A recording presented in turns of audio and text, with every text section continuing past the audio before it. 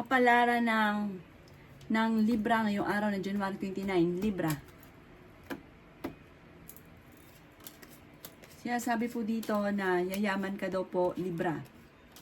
Nasabi rin po dito na may mga pagsubok na pinagdadaanan na matutuldukan, matatapos.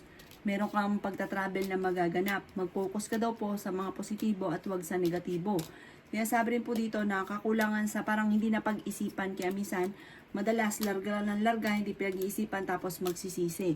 Yan, sabi rin po dito na i-let go nyo daw po ang mga nakalipas at mag-focus ka sa future. Maging lesson sa inyo kung ano man ang mga pagkakamali or kaya yung mga pangit na naganap. Yan, sabi rin dito na may magandang balita na paparating sa inyo. Maaaring makaka-receive ka ngayong araw na ito ng tawag or kaya po ng message na sobra mong ikatutuwa. May kaugnayan sa pera daw po yan. Sinasabi rin po dito na kontrolin ang pagiging madaldal. May pagkamadaldal daw po kayo, Libra. Sabi rin po dito, marami kang ambisyon sa buhay, kaya lang napapangunahan ka ng takot. Sinasabi rin po dito na may isang lalaki na kalmado at mature daw po mag-isip.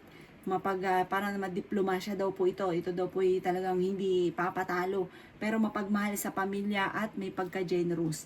Ang inyo po lucky color ay white at ang lucky number po ninyo ay mula sa number 20, 23, 9, 36, 40 at 50.